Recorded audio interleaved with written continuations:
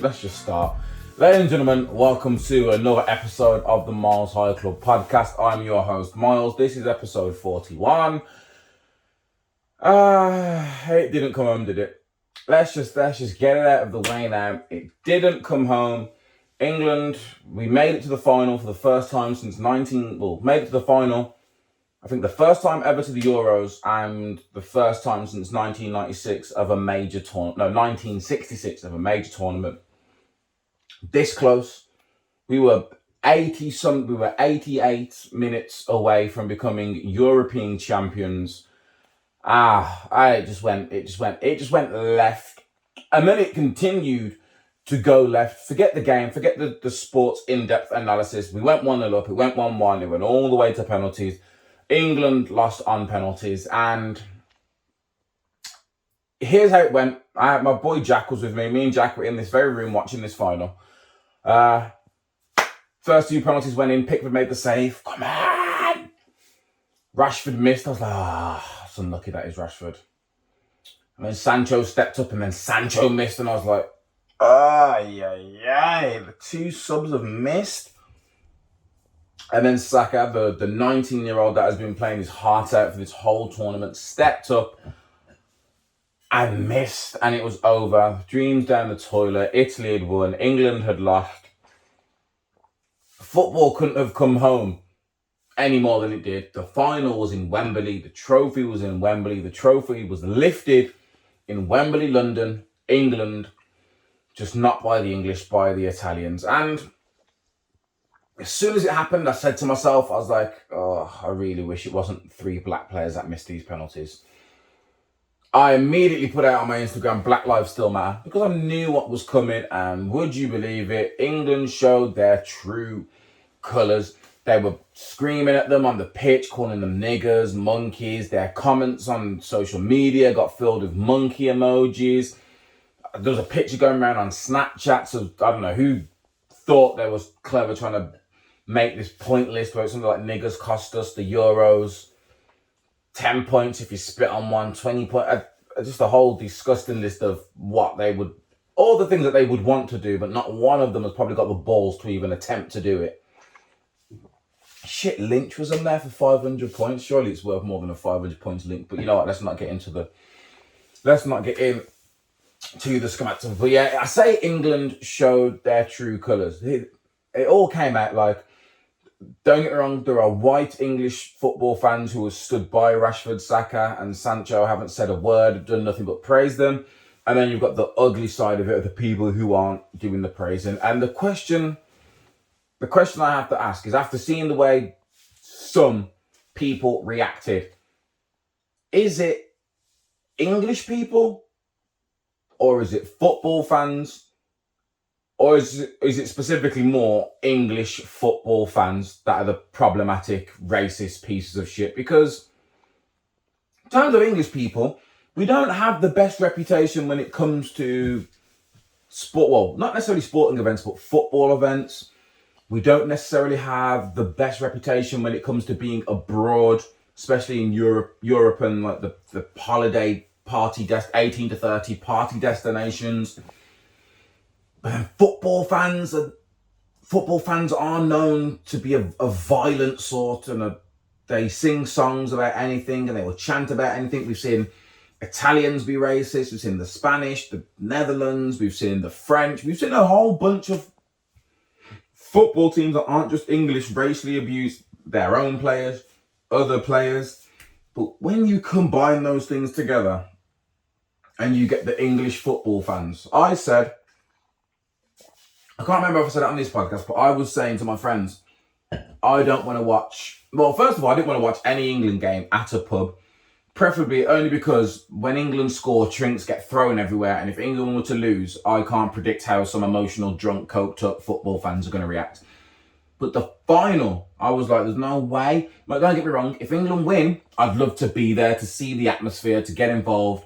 I wouldn't want to be in a pub because, again, drinks are going to get thrown, the celebrations are going to be crazy, but if England lost, and England did lose, I don't want to be in a pub for that reaction. And again, people might have been hamming this up, so I shouldn't really talk about it like it should. There were a few videos Well, I saw one video where it looked like there was some black boy down an alleyway. He was surrounded by a bunch of people, but then there was also people sticking up for him. There was another video of some black boy saying it's not safe for us in the pubs or on the streets, and he was running. Couldn't quite make out if there was even anyone chasing him, or if he was just doing it for social media views and shit. But oh man, it was horrible scenes to see. But it's my own fault. The same thing happens every 2 years. There's a major tournament, the Euros or the World Cup. England qualify. We get through to the group stages. We make it at the group stages. I start getting all jittered up, and then we get knocked out. We just get knocked out. But this is the first time we've made it to the final. Like, the stars were aligned. Everything was in place to happen, and then it all crumbled from when we scored that first goal. But hey ho, on to the next one. Some good news. Let's forget about all the violence. There's no point in me talking about the violence happened. You've all seen it. A bunch of people rushed Wembley and tried to break in.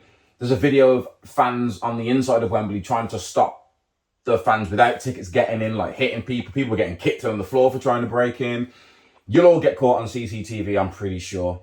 There was one guy, I don't know why, one idiot recorded himself breaking into Wembley, so good luck to you. What else happened? Leicester Square, there was a whole people just throwing bottles at each other. There was a fight in a local pub near me, caught on camera. Allegedly had nothing to do with the football, which is kind of true, because this fight happened at like 3-4 o'clock in the day and the football didn't kick off till 8. But yeah, a fight broke out, I wouldn't say a mass brawl, but there was definitely a few people involved in this, what looked like a minute-long fight outside some pub. And then the way they reacted, there's a lot of memes I saw saying this country didn't deserve the win, the country doesn't deserve nice things.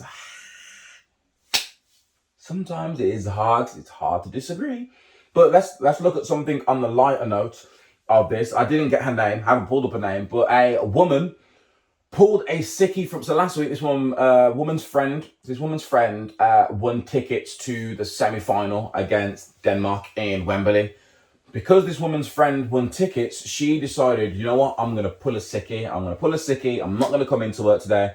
I'm going to go down to Wembley and watch England qualify, which, short term, amazing. Going to Wembley, watching England, and even though you didn't know it at the time, you got to see them qualify and go through to the final. Fantastic.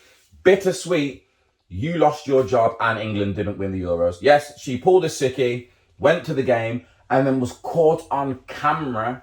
Like, you got to think to yourself, and again, a lot of you are thinking, idiot, she deserves it. And a part of me is thinking that, but the other half of me is thinking, there's like 60 to 80,000 people at this game.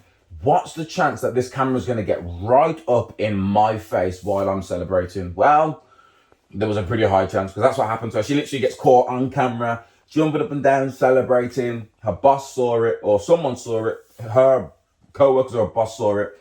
And that led to her getting fired. And I always thought to myself, the one thing I thought to myself is that, you deserve it, shouldn't have pulled a sickie. But then I was like, surely pulling a sickie doesn't get you fired. Or does it? I'm not a boss or a manager or anything. I thought if you pulled like a sickie, you'd get a written warning or a verbal warning or something. But she just got straight up fired, so poor her. But one sporting event is done and dusted for the summer, but we've got another one coming. My personal opinion, the biggest and best sporting event ever. The Olympics. Yes, the Olympics was meant to start last year in Tokyo. COVID happened. All got pushed back, just like the Euros. So now we have got the Olympics starting on Friday, the 23rd of July until the 8th of August, which it sounds like that's only 2 weeks. And in my head, the Olympics is normally on for like a month. Again, I don't know where I got that from. It's just in my head, that is how I've always seen it. It's July 23rd, 1 week. Yeah, it's literally 2 weeks. I always thought the Olympics was on for longer than that, but yeah. The Olympics is back. We spoke about Sha'Carri Richardson, who's not going to be able to race for America. America's fastest woman. Shelly Ann is still there. Shelly Ann Fraser-Price is still there for Jamaica. Into it as well. A lot of people, I've been asked this quite a few times, and a lot of people always say, when it comes to the Olympics and things like that, why do you root for Jamaica? Why don't you root for Great Britain? And I wouldn't say it's not that I don't root for Great Britain. Jamaica are in like 6 events. They're the events that I root for Jamaica for. Why? Because Jamaica's my roots. Okay? There's plenty of people who are born in England and probably got Italian, Spanish, French, whatever background. I'm sure they would root for them as well as root for England. Nothing against England. I still hope England do fantastic in the Olympics. I'll be watching. But I don't, what can I say? It's my heritage. I root for Jamaica. I grew up in a household where everyone rooted for Jamaica. My stepdad is Jamaican, from Jamaica, like born and bred in Jamaica. So it's all I've known to support is the Jamaicans. And the same will happen next year in the World Cup as well. Just in case you're wondering, yes, I will be supporting Jamaica. And then when Jamaica eventually get kicked out of the World Cup or don't qualify, oh, fucking hell, please qualify at least. Once that happens, I'll then reevaluate and then probably jump back on the England bandwagon, only to get disappointed, I'm sure, at some stage. But yeah, Olympics is starting. For me, again, I enjoy watching all the Olympics. The Olympics is something that I can either sit there and watch and get fully involved in, even though I don't know the technique for half of these things, and it's something I can have on in the background. Anything on the track, I enjoy. 100, 200, 400, 800, whether it's normal, hurdles, especially the relay. The relay is one of the most exciting ones. The 100 meters final and the 1x100 relay. They are my favourite. I think there's a 1x400 relay as well, where they have to run all the way around and swap. I don't think I've ever paid attention to that one. But yeah, they're my favourites. But then you've the javelin. I love watching the javelin, shot put, hammer throw, long jump, triple jump, high jump. I just anything to do with the Olympics, I enjoy. Something that I spoke about this to my friends recently, actually. We had a conversation in the group determining like what is and what isn't classed as a sport. Not this Olympics, but allegedly from the next Olympics, dance or breakdancing is going to be a category in the Olympics. So now they're actually brought in some new sports over to the Olympics for the Tokyo Games, which you might not care about this. Like I said, I love the Olympics, so I found all this shit really interesting. Karate. So karate originated on the Japanese island of Okinawa, and there are 2 disciplines of the martial arts being contested in Tokyo: kata and kumite. Only reason I know karate is Japanese is because I was reading a review on Karate Kid, like the Jaden Smith and Jackie Chan Karate Kid. And it came back, and I remember seeing a review, and someone says, I don't know why they've called it Karate Kid and based it in China, because karate is Japanese. I think it was, jiu-jitsu might be Chinese, or taekwondo. There's a different one. Kung Fu. Might have been Kung Fu. But karate is a Japanese one, so the Karate Kid with all the Chinese stuff doesn't quite make sense. I'm not going to get into it. There's 80 athletes competing in the karate events at Tokyo 2020. 6 in one, 20 in the other, but both will have an equal split of men and women competing. So that's good. What else was on? Skateboarding. So some of my friends are big skateboarders. So skateboarding has now been brought into the Olympics. Again, there are 2 disciplines of skateboarding they do. There's street and park. Street skateboarding sees athletes take on obstacles including rails, stairs, curbs, benches, walls, slopes, using each section to demonstrate their skills and tricks during a set time limit. And then park skateboarding takes place on a hollowed out course that features complicated curves. Competitors climb the curves at speed to perform mid-air tricks accompanied by music. 80 athletes will compete among 4 medal events, with men and women competing in both disciplines. You love to see it. Again, I often get lost in YouTube black holes. Rabbit holes. It's a rabbit hole, isn't it? Yeah, the rabbit holes where you just keep going further. Recently, I've been so into X Games. Don't ask me why. It all started with Red Bull soapbox racing, and then it went to like Red Bull downhill BMXing, which then led me into X Games, big air, BMX, skateboards, scooters, all of it. I can just sit there and watch it, and I just think it's fantastic. I don't know what's happening. Skiing, snow, I don't know what they're doing, but it looks great. And I think it's the danger that gets me. So skateboarding is now in there. So you can now be an Olympic skater, and they won't mean ice skating. It'll be full on Tony Hawk Olympic skater, which I personally think is dope. I don't know how the skating community feel about it. There you go. It also says, did you know Japan are tipped to win half of the skateboarding medals at Tokyo 2020, but the sport is still considered an activity for unruly kids in the country. Now, Now, I don't know if Japan are tipped to win half the skateboarding medals at Tokyo because it's in Japan or because Japan just has the dopest skaters. We'll have to wait and see on there. Sports climbing. This is another one that I watched. Is it Red Bull? I watched another one to do with Red Bull where it was just speed climbing to the top. Sports climbing, so that's now been added to the Olympics, and athletes will compete in all three. I'm leaning over because my light's here and I'm reading off my TV, so I don't have to look down and squash my voice.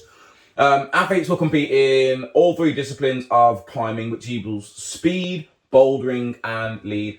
Speed events, 2 athletes climb a 15-meter high wall side by side on identical routes. It's simple. First one to the top wins. I love those ones. Nice and quick. Watch them climb up 15 meters. Hold on. This wall, do I remember how tall this wall is? This wall is roughly 2 meters. So it would be this wall 7 times up. Fuck. Yeah. Wow. I don't know if you guys can see the perspective of that. But if I stand up, it's taller than me. I think 2 meters is, here we go. Just so we can give everyone a rough idea how tall this wall's going to be. Because I don't know how, I watch like Americans or other people saying like, oh, it's about 15 foot. I'm like, I don't know how you can tell how that goes into that. So 15 meters in feet is 49 feet. So you imagine someone that's 6 foot and then times that by, and have them stood on each other's head 7 times. That was fast maths. No, that was wrong maths. 7 times 7 is 49. You imagine someone 6 foot and that's 8 people, I think, stood on each other. So that's a high wall to climb. Bouldering, climbers complete a set number of routes known as problems in as few attempts as possible on a 4.5 high structures, boulders with steeps that overhang. And then lead climbing is likely to be what you picture when you think of indoor climbing. It will see athletes climb as high as they can within 6 minutes on a 15-meter wall. Oh, okay. Wow, that's 40 climbers will be competing in men's and women's events. And I love these fun facts. Did you know climbing shoes are so tight that the athletes' toes curl up? This makes it easy for them to cling walls with their feet. That sounds very uncomfortable though. And is it the final one? Yeah, so you got karate's been added, skateboarding's been added, sports climbing's been added, surfing has also been added to the competition. Now, I've watched some surf videos, I just don't get it. Don't get me wrong, I know it's hard. I went to one of those indoor surf things and that was indoors in a controlled environment. So you let out in the wild with sharks and those tidal waves are beyond me. But there'll be 30-minute heats. Athletes will try and catch as many waves as they can, typically around 10 to 12. Only their 2 highest scoring waves are counted. There'll be 20 men and 20 women competing in that. And then they've also got baseball and softball. So apparently baseball and softball isn't new. But they haven't been competed in since the 28 Olympics in Beijing. So you've got baseball, softball. I'm glad they said this because I had no idea what the difference between baseball and softball is. Baseball, the ball's thrown overarm. Softball, the ball's thrown underarm. It's as simple as that. There will be 6 teams in each sport, but no British representation in either. Baseball will be played by men only, and softball will be played by women only. There you go. They've also got, I'm trying to see what else has been added on here. Judo, mixed teams, archery, shooting, swimming, table tennis, mixed doubles, triathlon, mixed relay. There we go. And they've also, so that's the Olympics. Skateboard, it sounds weird, but the skateboarding, the mountain and the climbing events, I will actually be very interested in watching because I like those. I like events like that. The Olympics. The Olympics makes me so happy. I can't wait for it all to full on start there now.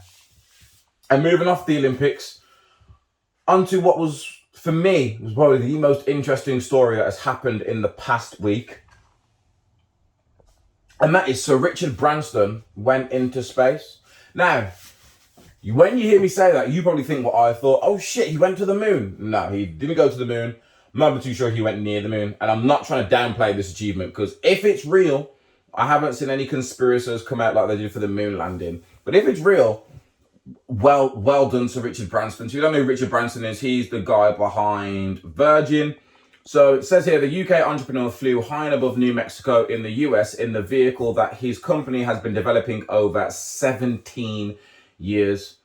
Oh my gosh. The trip also makes him the first of the new space tourism pioneers to try out their own vehicles, beating Amazon's Jeff Bezos and SpaceX's Elon Musk. You really thought, because Elon Musk has got SpaceX, hasn't he? Yeah, oh, it just says SpaceX.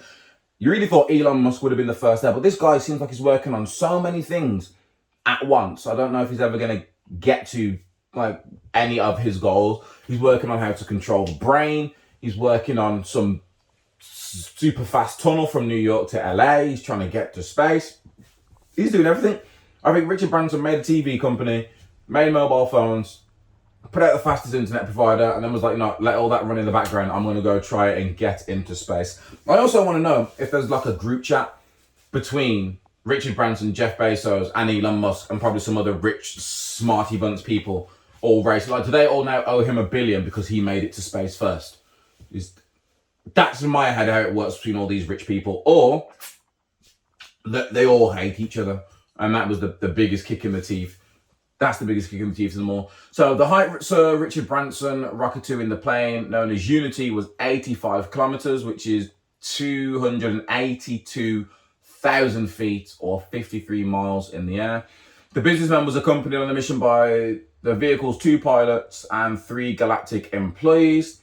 Yeah, I don't know if you've seen it as well, but there is a video. So there's literally a video of him strapped in he's strapped into a seat, just looking out the window, refusing to look anywhere else. Meanwhile, all these people who must have either been in space before or used to zero gravity are front flipping and back flipping and just floating around, having a good time. Sir Richard Branson billed the flight as a test of the space tourism experience he expects to begin selling to customers from next year. All right, calm down. You've got one ship. You got one. Is this classed as a spaceship now? He went into space.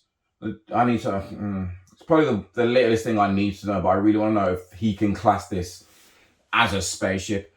So I'm trying to think of what else is on there. So yeah, so he wants to start taking people.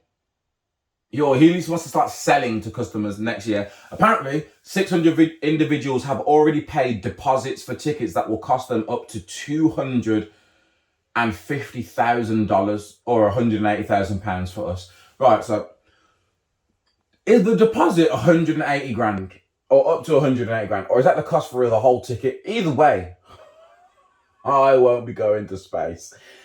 I had this conversation before where I was on about, like, if you have the chance to go into space, would you? And I was like, maybe not the first flight, but once a few test flights have been done, I'd happily go on there. That is more than I paid for this house. You guys don't know what kind of house I live in. I live in a 3-bedroom, semi-detached house in, I would say, a decent area. It's not a glamorous area, but it's a nice area, okay? And again, I did get my house cheaper than what I should have got it for. But £180,000 to go on a spaceship into space. And it said, I'm sure he was only up there for an hour. But don't get me wrong, if I was able to go into space for 10 minutes, I would jump at that chance as long as all the expenses were covered. But £180,000 to go up for an hour, people have got money. They've just got money. That's the best way. People just have money. It's been a long road for Sir Richard to get to this point. He first announced his intention to make a space plane in 2004, with the belief he could start a commercial service by 2007. But technical difficulties, including a fatal crash during a development flight in 2014, have made the space project one of the most challenging ventures of his career. Now, give me a sec, because it's got fatal crash, it's underlined, which means there's Virgin Galactic spacecraft crash kills pilot. Oh dear.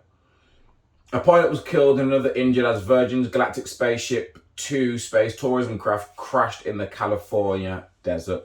See, it's not quite. Again, you got one test. I don't know how many tests I would think I would have to do before I wanted to get on there, but I'm trying to see if there's the Russians are reprising their commercial flights to the ISS, and they're even those who want to launch private space stations for people to visit. Among these is Aximon, a company started by the former NASA ISS program manager. Elon Musk traveled to New Mexico to support his friend. Oh, here we go. And following the flight, Mr. Bezos sent his congratulations. It seems like some rich rival. This is rich rivalry. You lot out there are competing with people you either do or don't know on social media because they brought a Louis bag that you wanted, or they got a brand deal that you wanted, or they got the house you wanted. Meanwhile, there were actual human beings out here just congratulating each other on this personal space race between them all. So, gee, I need to get it up. And here we go. Unity rocket plant. So it starts in New Mexico. It climbs up 15,000 kilometers, and then Spaceship 2 and White Knight separate. Oh, that's when you see rockets go up and they break off. I'm assuming that's what happens. And then it's 90 seconds. It's a 90 seconds climb at as close to 2,500 miles per hour. I couldn't even tell you what that would feel like. So 100,000 kilometers up is the edge of space. Zero gravity is experienced at the top of your climb. And then re-entry is with the tail booms fold in, and then you sort of glide. That does not look like a safe entry, and you glide back down. Huh? Well, at least it's showing me how to do it. It looks like the plane looks futuristic as shit. Like if I was to say Virgin have created a spacecraft, I feel like you would picture that kind of plane. But one step, well, it's not really one step. They've already done the one step, but it seems we are a step closer to commercial space flights. Would you do it? Would you go onto a commercial space flight if it was all expenses paid? You just had to get yourself there, or even that, they just pay for everything for you to go there. Are you getting on a commercial flight to space, or to the edge of space, which is basically go up to the edge of space, experience zero gravity, and then come back down? And do you think it's worth 180,000? I don't know what price I would put on it. In my head, it was a couple thousand, but then when I think about that, there are places like the Maldives or Bora Bora, and that's like a 10,000. That's like a £10,000 holiday. So maybe 180,000 is right. Anyway, enough of Richard Branson. Let's get into what's on the box. It's Wednesday. Marvel fans, it's Wednesday the 14th of July. It's episode 6. It's Loki Finale day. I haven't watched it yet. You're probably so used to me hearing me say that, but no, I wanted to make sure I get my work done. I've got some work done, record the podcast, take my time, and then I'm going to watch the Loki finale. Will we find out who the big bad is? Who's the big bad going to be? Is it going to be Kang? Is it going to be a Loki variant? It could be King Loki. It could be the old Loki we saw. It could be a completely different Loki we haven't seen. I don't know who else it could be. They're literally my two options for me. Is it's either Kang or a Loki variant. If it's neither of them two, I will be mind blown. I don't know. But it's got to be one of them two. Well, it doesn't have to be, but I'm assuming it's going to be one of them two.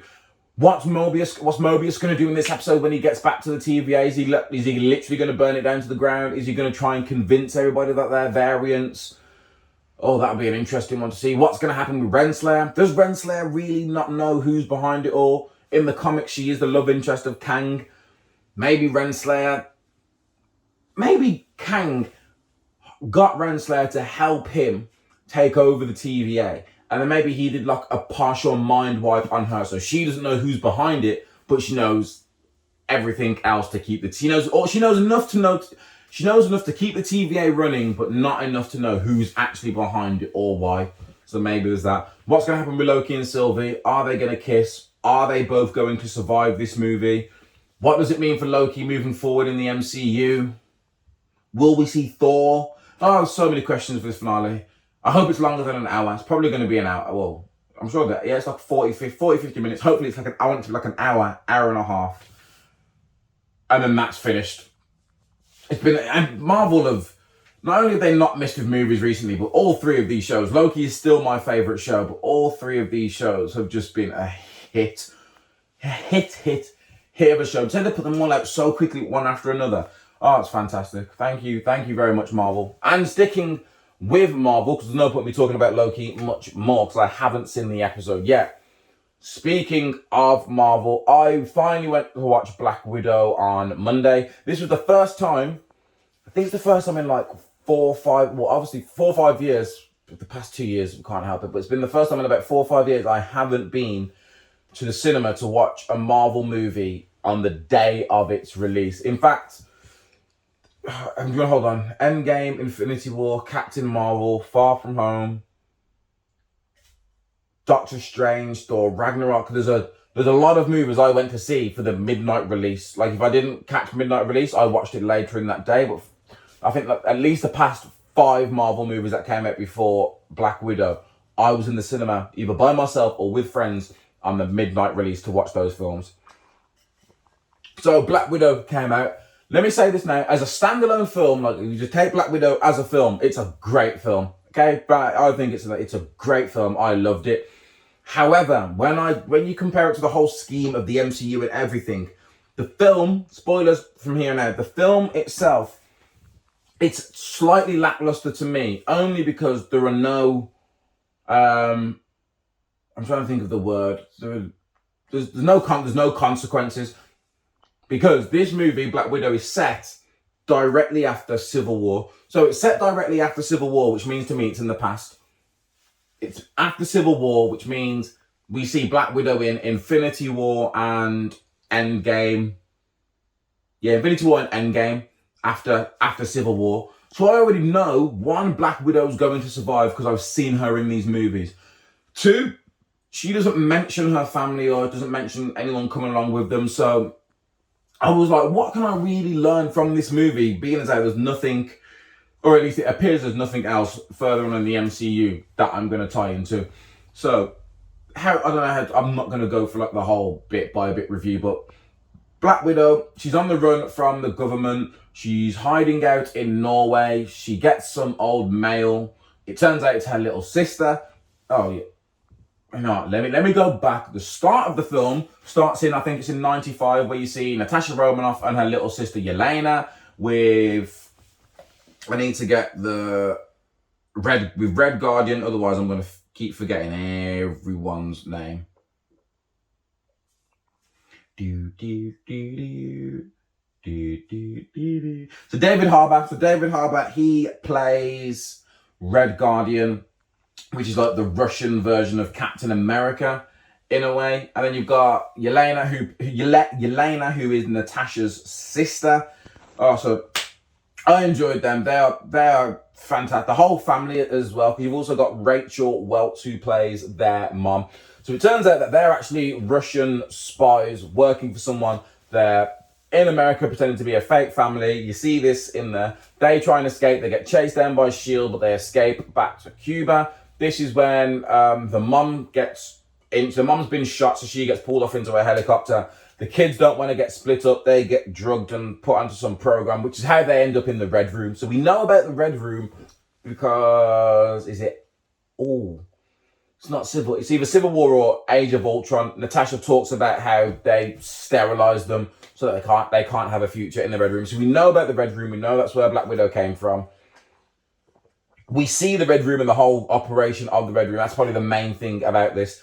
There's ties to Budapest. So if you've seen Avengers, the very first Avengers, Natasha says to Hawkeye, this reminds me of Budapest. And he's like, we have different recollections of what happened in Budapest. We still don't know what happened in Budapest. There's a brief explanation about, I think Clint might have gone there to assassinate Natasha. They end up getting pinned down together and have to hide out for about 10 days and look after each other. And I'm sure that's what forced that bond that we see them have by the time Avengers and those things start.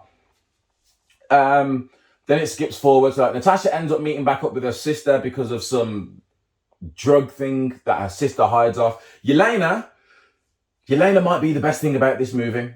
Scarlett Johansson as Black Widow is amazing. She always is. David Harbour as Red Guardian, to me, I thought he was hilarious. And I think he puts in a great performance of trying to act like someone who cares about his family, but clearly cares more about his clout as Red Guardian and people knowing him, which it gets shown all the time. But when they break him out of jail, spoilers, the first thing he says is, one of the things he asks is like, did Captain America ever talk about me? Things like that. But Yelena, she's the best thing about the whole movie. Great actress, great acting. What can I say? But yeah, Black Widow and her little sister end up meeting back up. They get back together and then they band together to take down the Red Room. While they're doing this, they're both being hunted down by Taskmaster, which, if you've read the comics, watched the cartoon or played the games, you'll know just how good Taskmaster is. If you've played the original Spider-Man game, Taskmaster appears in that, and he's a fucking pain to beat because he's a mimic and can mimic all of your moves. Same in the comics. If you've played the Avengers games, he's at the start of the Avengers game as well. You have to try and beat him as Black Widow. I don't think she wasn't needed in this movie. It's a good reveal that, again, back to Avengers when Loki's trapped in the thing and he explains his plan to Black Widow. And she's like, thank you. During that, she's like, I've got a red ledger I'm trying to clear. And he's like, can you clear all of it? Dreykov's daughter. Back then, you think he's calling her Dreykov's daughter as if her dad's called Dreykov. No, in this film, Dreykov is the guy behind the Red Room. The reason why he says that is because when Black Widow defected from them to join S.H.I.E.L.D., she tried to kill Dreykov by basically blowing up a building with him and his daughter in it. She thought she killed them both. Turns out, shock, she didn't kill them both. They're both still alive. He had to reprogram his daughter, and he turns his daughter into Taskmaster. So she's not a mimic like she is in the comics, whereas it's more to do with the suit and this like digital hood that she's got that can predict the way someone's moving. Dope character, but one, she's hardly in the movie. Like, you see Taskmaster like 5 times, and when you do, you see her for the slightest bit. You see a bit of fighting, which is ruined by all the cutscenes that Marvel love to do in their fight scenes. And then that's it. It's just, I don't think Taskmaster was wasted here. Taskmaster wasn't needed. I'm not saying that because they made Taskmaster a woman. You can make Taskmaster whatever you want. It could have been a robot for all I care. But Taskmaster wasn't needed in this story. Like, at no point does Taskmaster really make or change too much in the story. Like, everything still falls into place. They still make it to the Red Room regardless of Taskmaster. They could have got rid of Taskmaster, kept Dreykov's daughter, and just had her to grow up to be the leader of the Widows. And only reason they didn't come for Scarlett Johansson is because she was tied to S.H.I.E.L.D. in the Avengers. And there's a great line in it where someone says I think it's Yelena again, says that why he was there is because he didn't want one of the big ones to come after him. And Black Widow's like, who are the big ones? And then she goes, well, I really think the god of space would need to take an ibuprofen after a fight. So again, the big ones, Thor, Hulk, Iron Man, Captain, the godlike one. Well, I don't know if Iron Man or Cap would be classed as godlike, but when it comes to the Avengers, in terms of power, Black Widow and Hawkeye are at the bottom of that totem pole, is what I'm saying, what she basically says in that.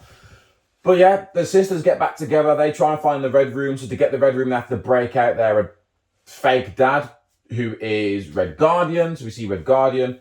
That's a cool scene of him in the whole jail scene, and him breaking out of jail is a really dope scene. Then they've got to go and find their mum. They go and find their mum, which, again, spoilers, this scene got me good because they went to get her mum, and at some point, her mum admits to calling the Red Room. It's like, I've let the Red Room know they're on their way, I'm sorry.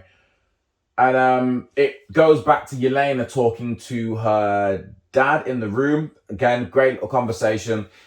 They all get kidnapped. Well, they all come in. They all get attacked by the Widows and Taskmaster. They get sedated and taken up to the Red Room building, which was part of their plan. You think, it's all gone to pot.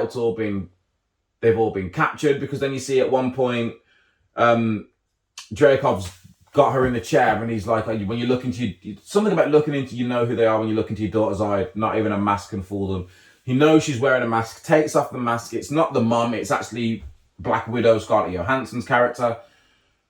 Whereas the person who we thought was Scarlett Johansson's actually her mum. It then goes to some flashbacks telling you what they're talking about in the cupboards. They actually set it all up.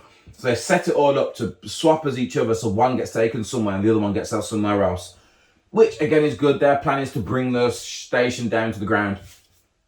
Enough describing this movie scene by scene. It's a really, really good movie. Like I said, as a standalone movie, it's a great movie. I'd advise going to watch it in the cinema.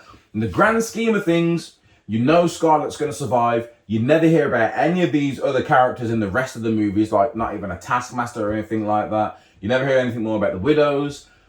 At one point, I was like, would Scarlett not have called on the Widows during Infinity War, Endgame? Well, maybe not Endgame, because she dies in... Oh no, yeah, she dies in Endgame before the big battle. But again, there's no mention of the Widows, so it's a good movie. But to me, the movie is null and void because it doesn't really set up anything until we get to the post-credit scenes. Now, this is where Marvel are doing a good job of actually tying their movies into their shows, because we see Val. It's Val. I want to remember her full name. I don't think I'm going to find it on here. No, but Val. So Val, who we see in the second to last and last episode of Falcon and the Winter Soldier, she comes in, she recruits John, I need to call him Wyatt Russell, that's his real name. She recruits John Walker, aka US Agent, calls him US Agent, gives him the black suit, and she's basically like, hey, when the public needs a hero, they need Captain America, but there are some times, we don't need a Captain America, we need a US Agent. So she recruits him into some secret team that she's building. We get a bit more information when Yelena goes to Natasha's grave. So this is obviously after Endgame. Val pops up next to her. She says she needs a raise. So we already know Val has already contacted Yelena. Yelena's already working for Val.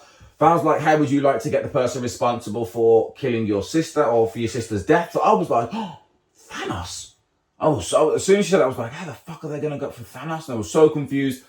And then she shows a picture on the tablet, and it's a picture of Hawkeye, which then led me to ask even more questions. Why Hawkeye? What has she got against Hawkeye? Doesn't Yelena know what happened? How does she know that Hawkeye's the one to blame for all this? So many questions, but again, that tied it in nicely. So we've got this, which I think is going to lead to the Thunderbolts. So you've got Captain Ross Thaddeus. Is that his name? Ross Thaddeus? Yeah, Thaddeus Ross. That's not Ross Thaddeus. Thaddeus Ross, the guy who, again, he's in Black Widow. He was in the Hulk. He's mentioned in Falcon and Winter Soldier. It's the guy that basically runs the whole secret weapon up. He runs the army in the Hulk, and then he takes over the secret weapons. So, like what they use on Steve Rogers. He looks after all of that. So maybe he names the Thunderbolts after himself, and it's like some secret team for either when the Avengers can't go somewhere, or if the Avengers are busy, or if it's not a big enough threat for the Avengers. I don't know what they're going to do with it, because again, they don't always do exactly what we see in the comic books, but we will just have to wait and see. But that's been another episode of the Miles High Club podcast. Thank you all for rocking with me. Don't forget, like, share, subscribe. If you're not watching this on YouTube and you're listening along, like, follow, subscribe, whatever app you are on. Until the next time, peace.